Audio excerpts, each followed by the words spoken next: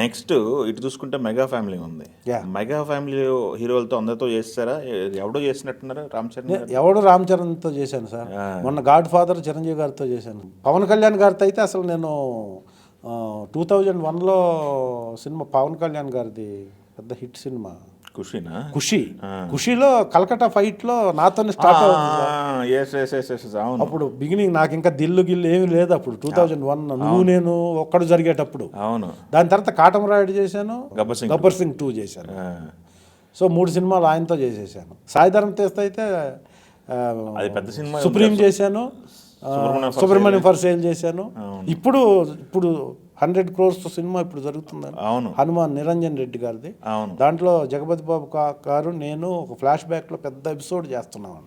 ఇప్పుడు 7 days అయిపోయింది shoot. పెద్ద ప్రాజెక్ట్ అండి అది. ఎక్స్ట్రాడినరీ కథ.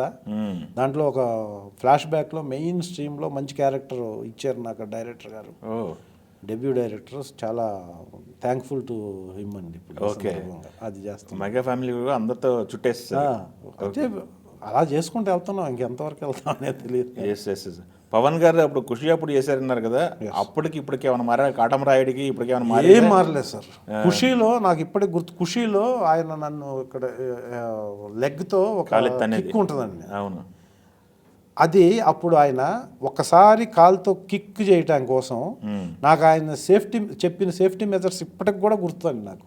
ఒకసారి చూసుకున్న తర్వాత బెడ్లు వేసిన తర్వాత కూడా చేయగలవా, కాన్ఫిడెంట్గా పడతావు కదా, ఏం ప్రాబ్లం లేదు కదా, చేయలేకపోతే చెప్పు డూప్ పెట్టుకుంటారు అని చెప్పి రకరకాల సజెషన్స్ చూడు ఒకసారి.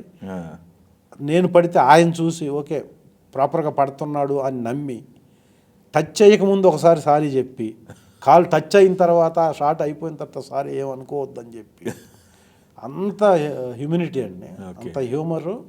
ఇప్పటికి కూడా అంతేనండి. నేను కాటమరాయుడు చేసినప్పుడు కూడా కాంబినేషన్ ఉంది. ఇప్పటికి కూడా ఏదన్నా ఆయన వల్ల ఏదన్నా ఇలాంటి ఇది ఉంటే చెప్పేస్తాడు. అంత గొప్ప హ్యూమన్ బీయింగ్. మిగతా ఆర్టిస్టులు అందరూ కూడా మెగా ఫ్యామిలీ మొత్తం ఒక రౌండ్ వేస్తారు అయితే. Okay, good. God grace. తర్వాత నేను ఇందాక చెప్పాను మీకు, దిల్ కంటే సినిమా కంటే ముందు నాకు 2.5 సంవత్సరాలు ఒక ఎక్స్పీరియన్స్ ఉంది ఇండస్ట్రీలో. అది ఇక్కడ అవసరం అండి. ఇక్కడ కొద్దిగా చెప్పాలి. చెప్పండి. ప్రసాద్ ల్యాబ్ ఎండి నాగినీడి గారని మీకు తెలుసు, బ్రహ్మాండంగా తెలుసు మీకు. తర్వాత మర్యాద రామన్లో ఆయన కూడా యాక్టర్ అయ్యాడు, విలన్ అయ్యాడు. ఆయన ప్రసాద్ ల్యాబ్కి ఎండీగా ఉన్నప్పుడు నేను ఆయన ప్రైవేట్ ల్యాబ్లో మేనేజర్గా చేశానండి. ఓకే. ఇండస్ట్రీ కోసం వచ్చి ఇక్కడ అన్నపూర్ణ స్టూడియోలో తిరిగి ఆ లోపలికి వెళ్ళలేక ఫిల్మ్ ఛాంబర్ దగ్గర ఒక రోజు ఉండి అన్నపూర్ణ స్టూడియోలో వెళ్ళలేదు. ఒక రోజు అండి, ఉదయం 10 గంటల నుంచి సాయంత్రం 4 దాకా ఉంటే గేట్ లోపలికి వెళ్ళాల. అయిపోయింది, నాకు మొత్తం దిగిపోయింది. ఏ ఇమాజిన్తో వచ్చాను హైదరాబాద్కి. అరే మనం అసలు హైదరాబాద్లో స్టూడియో లోపలికే వెళ్ళలేకపోతే మనం ఇంకేం చేస్తాం ఇక్కడ? లిటరల్గా క్రయింగ్ అండి. ఇంకా అసలు ఒక బండి కొనుక్కొని LML సెలెక్ట్ అని ఒక స్కూటర్ కొనుక్కొని 38,000 పెట్టి ఆ బండి తీసుకొని అక్కడికి వెళ్ళి నిలబడితే వాడు అసలు సెక్యూరిటీ వాడు ఎవడెవడో వెళ్తున్నాడు, నేను వెళ్ళటానికి నా వల్ల కాల. నెక్స్ట్ డే మార్నింగ్ అక్కడ ఎవరో చెప్తే ఇక్కడ కాదమ్మా ఫిల్మ్ ఛాంబర్ అని ఉంటుంది, అక్కడికి వెళ్తే ఆడ ఆఫీసులు అన్నీ ఉంటాయంటే అక్కడికి వెళ్ళి నెక్స్ట్ డే నిలబడ్డాను. రెండో రోజు దిల్ష్ నగర్లో రెంట్ హౌస్ తీసుకున్నాను నేను కొత్తపేటలో. అక్కడి నుంచి అడ్రస్లన్నీ ఎత్తుక్కొని వచ్చి చూస్తే ఛాంబర్లో మీకు ఫస్ట్ ఛాంబర్లో ఒక ఆర్టిస్ట్ కనపడ్డాడండి నాకు. పెద్ద సీనియర్ యాక్టర్ ఆయన కూడా నా ఇమాజినేషన్ ఏంటంటే కారులో వస్తాడని నేను అనుకున్నా. వీళ్ళు కూడా కారులో తిరుగుతుంటారు అని నాకు ఆయన కూడా బాగా గుర్తు. అతని లోనా మీద వచ్చాడండి. TVS 50 కూడా కాకుండా లోనా అని ఒక బండి ఉండేది, తెలుసు, దాని మీద వచ్చాడు ఫిల్మ్ ఛాంబర్లోకి. నాకు అక్కడ సెకండ్ అవుట్ అండి. ఇంకా సార్ మీరేంటి అంటే, ఆయన ఒక బండ బూత్ తిట్టి వీళ్ళు ఇచ్చే డబ్బులు 250 ఇస్తారు, మేము దీనికి బాగా కాకుండా దేని మీద చంద్రమౌళి గారు చంద్రమౌళి గారు అండి. ఆయన కూడా నాకు అప్పుడు నేను ఊర్లో ఉన్నప్పుడు ఆయన కూడా నాకు రిప్యూటెడ్ ఆర్టిస్టు. చాలా సినిమాల్లో కనపడుతున్నాడు, మనం ఏదో ఒకటి చేయకపోతామా అని వీళ్ళందరూ ఇది చేసుకొని వస్తే ఫస్ట్ ఆయన చూశానండి నేను హైదరాబాద్ వచ్చినప్పుడు. ఆయన CC క్రియేషన్స్ లేదో యాక్ట్ చేసి పేమెంట్ కోసం పైకి వెళ్తా ఉంటే KS రామారావు గారు, నేను వెళ్ళి ఆపుకోలేక సార్ మీరు యాక్టర్ కదా అన్న. అవునా, అయితే ఏంది అన్నాడు. సార్ మీరు ఈ బండి మీద వచ్చారు ఏంటి సార్ అన్న, ఒక బూత్ మఠాన్ని పైకి వెళ్ళాడండి. నాకు ఇంకా వచ్చిందాకా అసలు అన్నపూర్ణ స్టూడియో ఒక షాకింగ్, ఇది ఒక షాకింగ్. మళ్ళీ వచ్చిందాకా అక్కడే నిలబడి, సార్ మీరు కోపడద్దు సార్, నేను ఇలా ఎడ్యుకేషన్ నుంచి వచ్చి ఇట్లా అని చెప్తే ఆగి గంట సేపు తిట్టాడండి అతను. తిట్టి ఇంటికి వెళ్ళిపోయి స్కూల్ పెట్టుకో, ఇది వేస్ట్, ఇది దూరపు కొండలు. నేను కూడా మోహన్ బాబు గారి ఊరు నాదని నేను వచ్చాడు, ఇదిగో ఈ ఫ్యామిలీని ఇది చేయలేక మళ్ళీ ఊరు వెళ్ళలేక చేస్తున్నాను, ఇది అసలు కరెక్ట్ కానే కాదు, ఇమీడియట్గా ఈరోజు సాయంత్రమే నువ్వు ఊరు వెళ్ళిపో అని చెప్పి ఈ 250 ఇస్తారు నాకు, ఈ నెల నుంచి మెడ్రాస్ నుంచి కొట్టుకుంటూ వస్తే ఇంకా నేను బెటర్ ఈ బండి అన్నా ఉంది, ఇది కూడా లేకుండా చాలామంది ఉన్నారని ఫుల్ అండి అవుట్ 200% నెగిటివ్గా చెప్పి వెళ్ళిపోయాడు ఆయన. సో ఇంక నాకు ఫీజులు ఎగిరిపోయిందండి. అది లిటరల్గా ఇంకా నేను జీవితంలో ఎప్పుడన్నా బాధపడ్డానంటే ఆ 2 రోజులే. ఇంటికి వెళ్ళిపోయి ఇంక డిసైడ్ అయిపోయానండి, ఫిల్మ్ ఇండస్ట్రీ కాదు ఫస్ట్, మనం ఏదో ఒక బ్యాక్ డ్రాప్తో మనం ఉండాలని చెప్పి నేను మా ఎమ్మెల్యే రికమెండేషన్తో ఇమీడియట్గా చదువు ఏదో ఉంది కాబట్టి జూనియర్ మార్కెటింగ్ ఆఫీసర్గా సోమాజిగూడలో వితిన్ 10-15 డేస్లో జాయిన్ అయిపోయానండి. అక్కడ 4-5 months చేశాను. 6,000 శాలరీ, బాక్సు, ఉదయం 158 సిటీ బస్సు, సాయంత్రం 11 గంటలకు ఇంటికి పోవటం.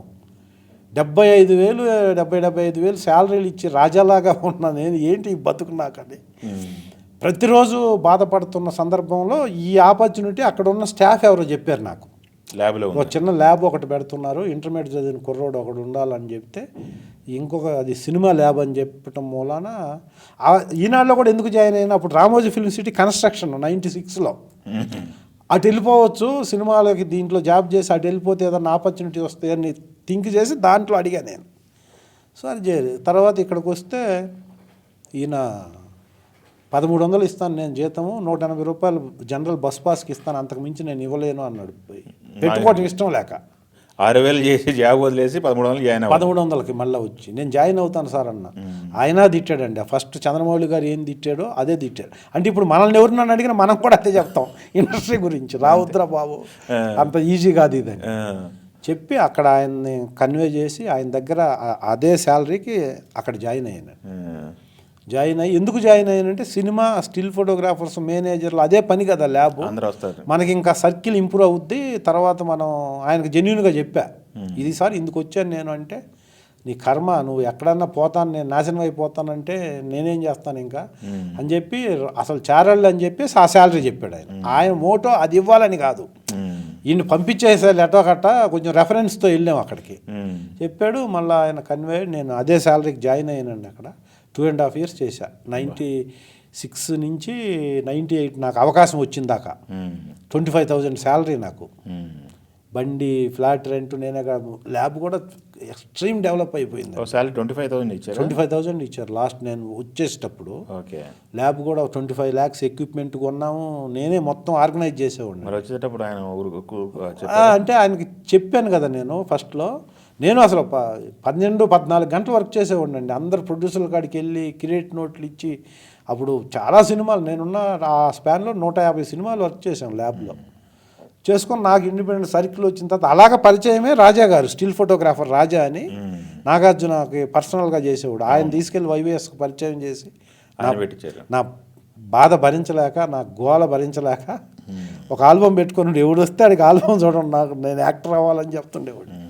సో అలా ఆయన ఇప్పించాడు. ఆయన జెన్యున్గా, నాగిరెడ్డి గారు నువ్వు వచ్చింది దీనికోసం, ప్రయత్నం చేయి, నువ్వు ఎలాగ మళ్ళీ వస్తావు ల్యాబ్కి, ఇది అయ్యేది కాదు సచ్చేది కాదు అని చెప్పి, ఒక మొబైల్ ఇంక పేజర్లు ఉండేది అప్పుడు 98లో, సెల్ ఫోన్లు కొనుక్కునే స్టేజ్ లేనప్పుడు పేజరు, ఆ పేజర్ ఒకటి ఇచ్చి బెస్ట్ ఆఫ్ లక్ చెప్పి ఫస్ట్ డే షూటింగ్కి పంపించాడండి ఆయన.